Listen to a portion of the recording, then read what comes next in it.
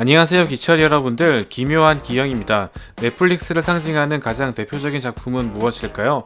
바로 기묘한 이야기라고 해도 과언이 아닙니다. 오늘날 넷플릭스를 세운 기념비적인 성공작이자 넷플릭스 드라마의 정체성을 만든 작품이라고 볼 수 있는데요. 이번 시간에서는 기묘한 이야기에 등장하는 괴물 중 어떤 개체가 순위를 차지했는지 한번 알아보도록 하겠습니다.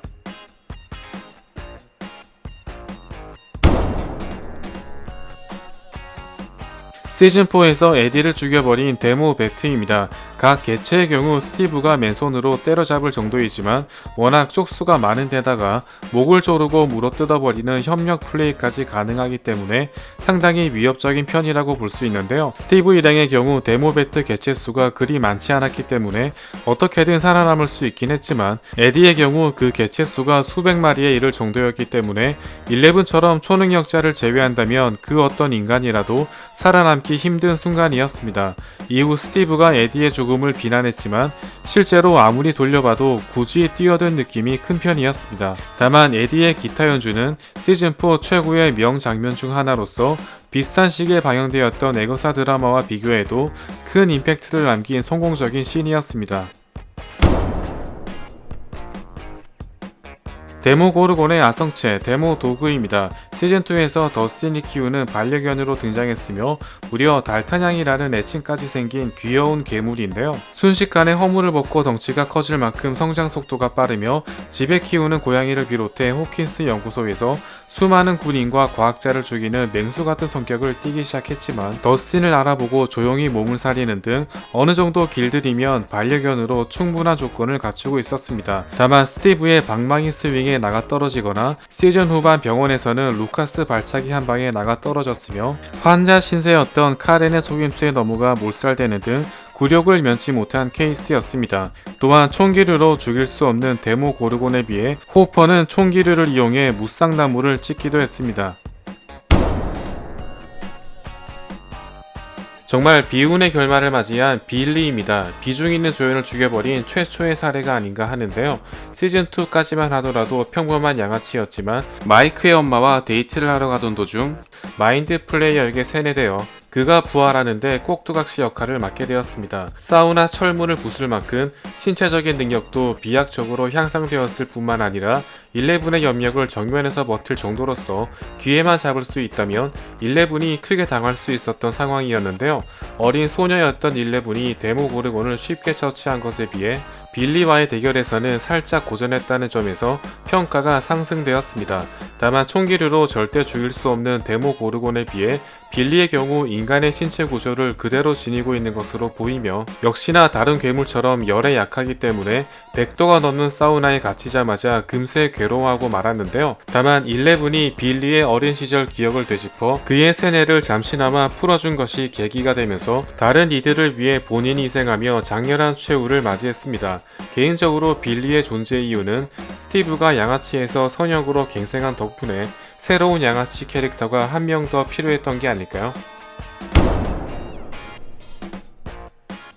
기묘한 이야기를 상징하는 대표적인 크리처 데모 고르곤입니다. 차원을 이동할 수 있는 시즌1 메인 빌런이었으며 베크나가 등장한 이후에도 가장 위협적인 개체로 맹활약했는데요. 기본적인 전투력은 6탄전을 베이스로 하고 있으며 날카로운 손톱으로 대상을 찢어 죽이거나 꽃잎 모양처럼 생긴 머리로 사람을 물어뜯어 죽이는가 하면 달리는 트럭을 따라잡을 정도로 엄청난 스피드를 지니고 있습니다. 인간들이 지닌 소총을 비롯해 화기로는 절대 죽일 수 없는 무식하게 짝이 없는 맷집을 자랑하고 있는 편이지만 깨진 병으로 공격하거나 네일 배트를 맞고 휘청거리는 등 오락가락하는 방어력을 보여주었는데요.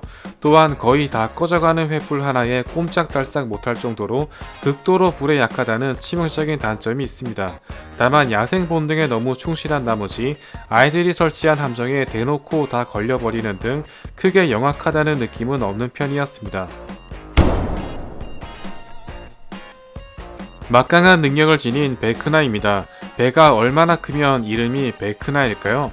과거 실험실에 있던 아이들을 모두 죽이면서 그 능력을 흡수해 더욱 강력해졌으며 세계관 최고의 염동력을 비롯해 베크나의 저주를 통해 사람을 죽이기 며칠 전부터 트라우마를 보여주며 겁에 질리게 만드는 방식을 띠고 있습니다. 일단 자신의 정신세계에 끌어들이게 되면 음악을 듣는 것 외에 무슨 수를 써도 깨울 수 없게 되며 바로 그 자리에서 몸이 꺾이고 피를 흘리며 사망하는 등 굉장히 무시무시한 능력이라고 해도 과언이 아닙니다. 다만 다른 괴물과 마찬가지로 불에 굉장히 약하며 명상에 잠겨 있을 경우엔 무방비 상태이기 때문에 화염병을 던져 쫓아내기도 했으며 연약한 조이스가 도끼를 이용해 목을 쳐낼 수 있을 정도로 신체 내구도는 단단한 나무 정도로 추정됩니다.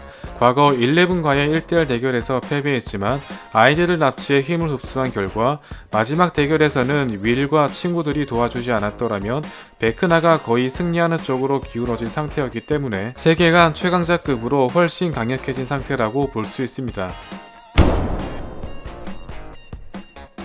기묘한 이야기의 최종 보스 마인드 플레이어입니다. 초반에는 거대한 거미 같은 형상이었지만 마지막에 공개된 모습은 마치 싱싱한 대게 같은 형태였는데요.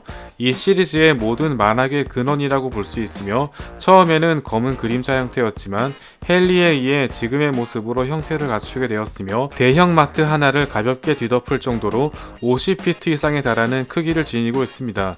모든 괴물들과 촉수를 비롯해 윌이나 빌리처럼 세뇌시킨 인간들까지 컨트롤하거나 감정과 기억을 공유하는 능력을 지녔으며 시즌5에서 제대로 된 정체가 드러나기 시작하면서 무지막지한 포스를 뿜어내기 시작했습니다. 다만 다른 괴물과 마찬가지로 불에 약하기 때문에 화염병 같은 무기로 저지할 수 있긴 하지만 어디까지나 잠깐 시간만 버는 정도로서 제대로 방역하지 못했다면 사망할 위험에 처하기도 했습니다. 또한 내부에 연결되어 있던 베크나가 사망하자 함께 사망하는 등 살짝 베크나의 그릇 같은 허무한 모습을 보여주었습니다.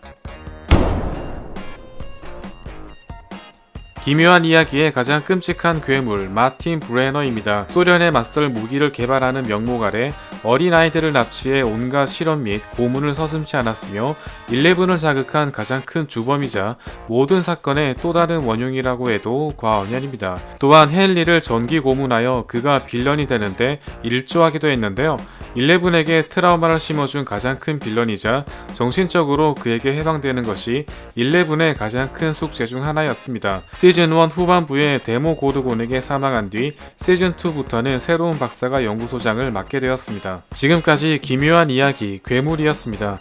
마지막 마인드 플레이어가 너무나 쉽게 무너지는 장면이나 데모 도그와 데모 고르곤이 협공하지 않았다는 점은 살짝 아쉬운 부분인데요. 과연 현실에서 이런 괴물을 만난다면 직접 해치울 수 있을까요? 다음 시간에도 재미있는 리뷰로 돌아오겠습니다. 감사합니다.